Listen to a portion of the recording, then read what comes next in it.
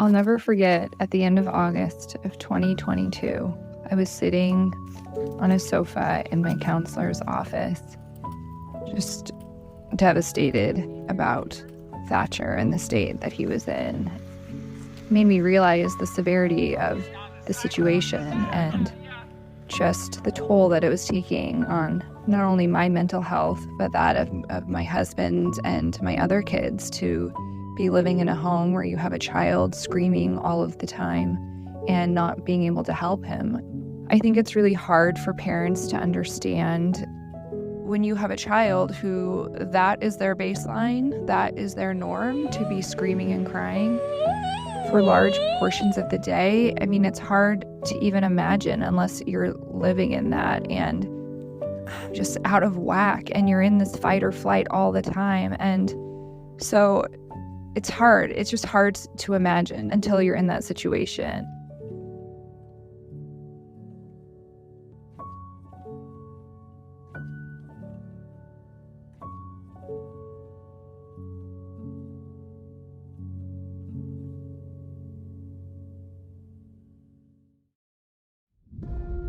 To simply follow someone else's gaze, to know another person's mind through their gestures and speech, and to put our minds together to achieve shared goal. These things each reflect the sophistication of human-to-human connection, and it all comes back to a fundamental synergy in the human brain itself, known as synaptic transmission. The question is, when we look at Alzheimer's disease, what has faltered in the brain to disrupt this nerve cell connection? Neuroscientist and biochemist Dr. Dayan Goodenowe believes he answered that question in 2007 through his own system of deeply analyzing the molecules of blood. And so when I use this, comparing Alzheimer's patients with dementia versus cognitively normal people, a certain class of molecules was observed to be much lower in everyone with dementia and more normal in those people that had regular cognition. And I had no idea what these molecules were. So using this technology, I was able to calculate its molecular formula. Holy crap, this is exciting. They're plasmalogens.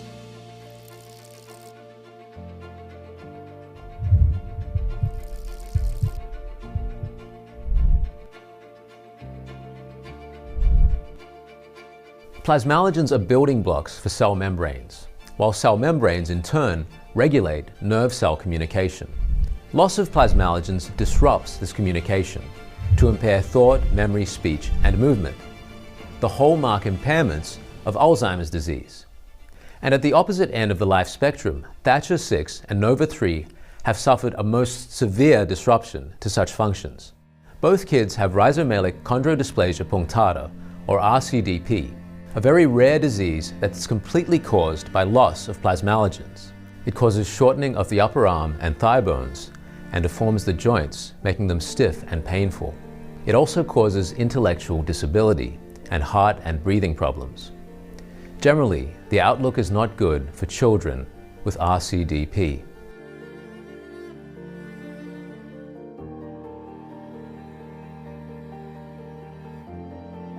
You know, Thatcher at age 6 is less functional than he was at 6 and 9 months. Like, he was speaking and he lost his speech. So he was declining for several years. And so, like, it's a one-way street. Like, these kids do not survive. If they survive, if you look at the children that are older, that are in their teens, okay, their symptoms and their quality of life just gets worse and worse and worse. Dr. Goodenowe compares a low plasmalogen count to having scurvy, the disease that once heavily afflicted sailors because they couldn't get enough vitamin C on long sea voyages. Thatcher has what's essentially a genetic vitamin deficiency.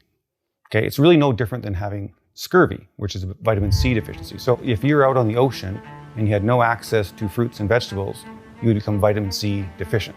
So your environment on that ship created a circumstance which you could not get vitamin C. And then your body would suffer from the lack of vitamin C, and you would get the symptoms of scurvy, which are quite severe. You'll die, right? Now, Thatcher has the exact same concept. Instead of being on a ship in the middle of the ocean, his body can't make that plasmalogen. So he might as well be in the ocean, not being able to get that particular nutrient. But the matter of restoring plasmalogens is not as straightforward as supplementing vitamin C or magnesium. Plasmalogens are made in sufficient supply in the cells of a healthy, functioning body.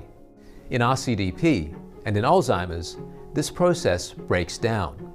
Sadly, over the years, many kids with RCDP have died as medical science has grappled with how to restore plasmalogens to their bodies. But the tide could be turning on this front through a new way to supplement plasmalogens.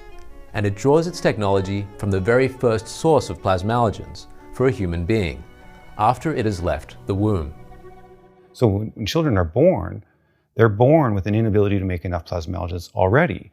And so it's already natural that they get breastfed. And human breast milk has one of the highest concentrations of plasmalogen precursors, or plasmalogen nutrients. And for that first 6 months is when breastfeeding is very important, because it helps improve that brain development of the child. And so all we've done, or all I've done, is designed plasmalogens as nutrients based upon the exact same mechanism that breast milk is used to feed babies. Late in 2022, both Thatcher and Nova were given the chance to try plasmalogen supplements, engineered by Dr. Goodenowe. Up to this point, Thatcher and Nova and their families had hit points of crisis with the children's illness. This is scary. It's terrifying. Thatcher? Honey? Hey. Honey, you're okay. You're okay. Okay. Okay, and we might have to call 911. Okay. They said 5 minutes.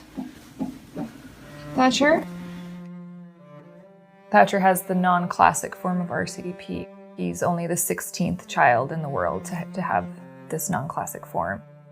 Basically, we were told that it's a progressive disease and that he's going to continue to get worse, not better, because he had no way of communicating his needs. And as a parent, it was just heart-wrenching to watch your child and not know. You know, is he crying because he's hungry? Is he hurt? Is he sick? Is he thirsty? Is he tired? What other choice do you have when you're told that your child, his heart and his lungs are going to continue to get worse, and ultimately he's going to die?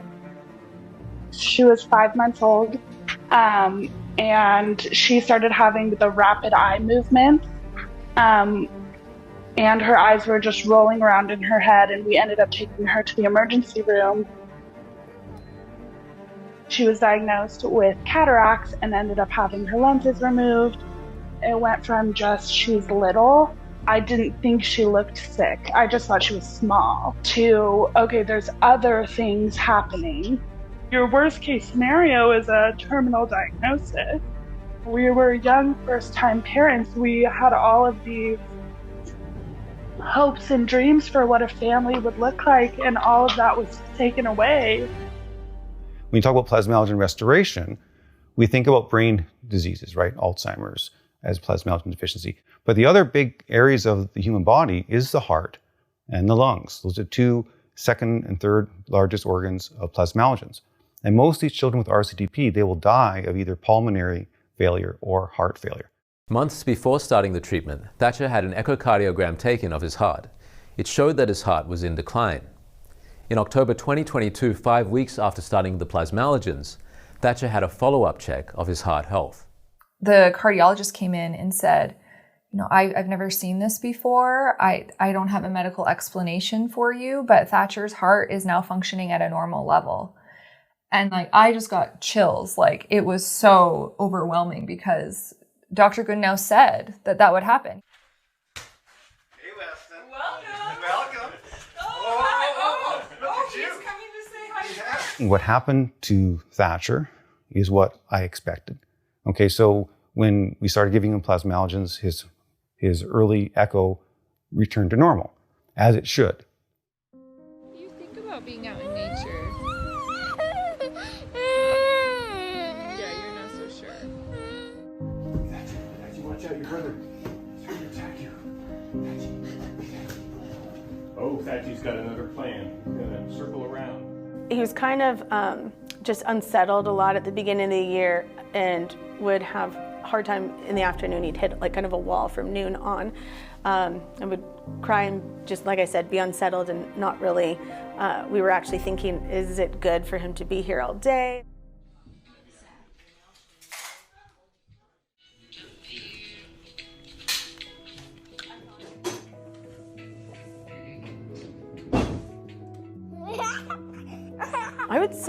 Like around the end of October, I was able to tell Thatcher's family at conferences that we had seen a lot of more of him initiating engagement. He loves that and he just giggles. He's just gotten used to going in the swing and he lights up and like just belly laughs when he's swinging. He's just blooming. I just feel like, you know, we're just seeing so much growth and engagement now that we weren't.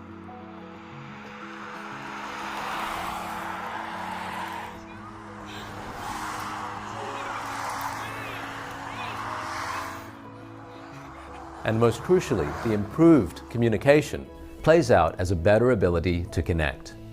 As for Thatcher, for example, with his brother and sister. Oh, buddy, that's so smart. And so when he's starting to engage and he's starting to think, so when he starts to look in his world and say, okay, here's a connection, here's who Chloe is, here's who Weston is, okay, that connectivity, all the things that he's now doing, he can now reinforce and build those connections. To understand why replacing plasmalogens would offer hope of better health for Thatcher and Nova, we need to zoom out a bit from plasmalogens to look at the crucial cell structure that they are part of, the myelin sheath. Myelin is what insulates our nerves, allowing them to conduct an impulse, like the plastic around electrical wires. Our nerves actually don't start out that way though. They start out like bare copper wires, as Dr. Goodenowe explains. So when you're first born, you can imagine like laying down, say, 1,000 copper wires on the ground, just bare copper wires with no coating whatsoever on them. And if you try to put electricity on them, the electricity would skip all over the place. And that's how we're born. We're born first with the wires laid down. Then about gestational week around 35, about around 8 to 10 weeks prior to birth, so 30 to 35 weeks at gestation, your body starts myelinating these wires. You want a very tightly wrapped, thick coating. This is the myelin sheath. The myelin sheath, right. And so the thicker and the tighter that sheath is, the stronger the electrical signal that can pass and the stronger and faster it can go.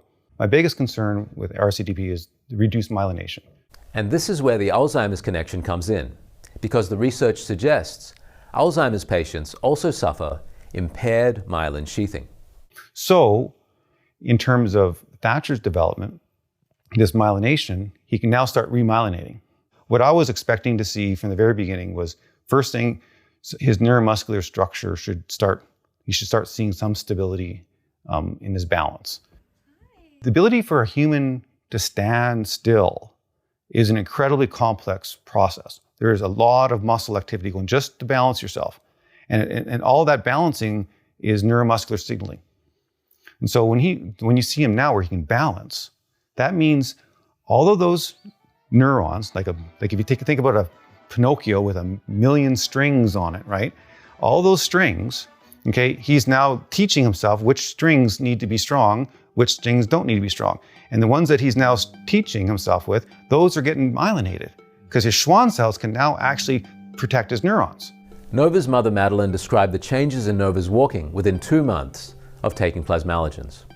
Before was definitely would look a bit like a drunk toddler. Like she's walking, but it's like off kilter. Like you can tell she's trying to go this way and she's like, off that way. And she would walk and fall. One little thing under her foot and she would fall. And since starting the plasmalogens, we're seeing improvements in her balance constantly. Like it's been a constant, even just from a couple weeks ago to today. She's much more balanced. She can walk in almost a straight line. Now she runs back and forth in almost a straight line. When we were approached with this idea of plasmalogen replacement therapy or what have you, I was like kind of mind blown that this was an option and nobody had given it to us. And I've said this before with these children with RCDP, is that when you look at them in their eyes, they're not vacant children. Like, you can perceive that they have a perception of the world, but they can't actually interact with it. The issue with Thatcher isn't about restoring the plasmalogen deficiency. That's the easy part. The hard part is him to recover from 6 years of plasmalogen deficiency. Okay, he's had 6 years of damage, right? And so now, luckily, he's 6 years old, so he'll recover. And that's why we have a team of experts like the neurologists and the orthopedic surgeons. We can do that. One of those experts is veteran neurologist Dr. Sheldon Jordan, who became part of Thatcher's team after his plasmalogen treatment began. With the impediment to his physical development experienced over the years, is his body able to handle the increased activity and his increased capability? We have to see to what extent he runs into difficulty with pressure effects on the spinal cord, to the extent where he may need to have surgery to decompress if that becomes an issue. Now that he's more capable, now that he's more mobile, we need to work on improving his balance, improving his joint mobility, strengthening his muscles. We have to kind of overcome all those secondary changes that occurred over all these years of not having the capability. So now that his brain is able to control his muscles better, and now that he's able to move a little bit better, we can build on that success. And I think that that's what we'll be looking for over the next coming years.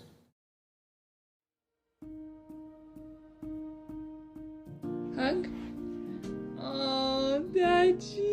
He never used to hug us or try to kiss us, and now he understands exactly what we're saying. Come on, big boy. Stand up. Yeah, Daddy. He really does long for that kind of connection. He even has words that he's never had before. He can say "all done." He responds, even though you can't always understand what he's saying. He responds. She does have her sister Scarlett, who's now 1.5, so she's just total toddler mode, and they will play together side by side and interact a little bit. Before, she never really seemed to care about anybody.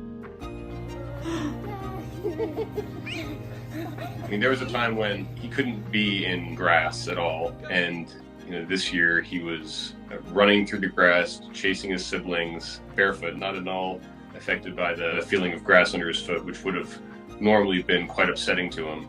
You want to swim, Nova?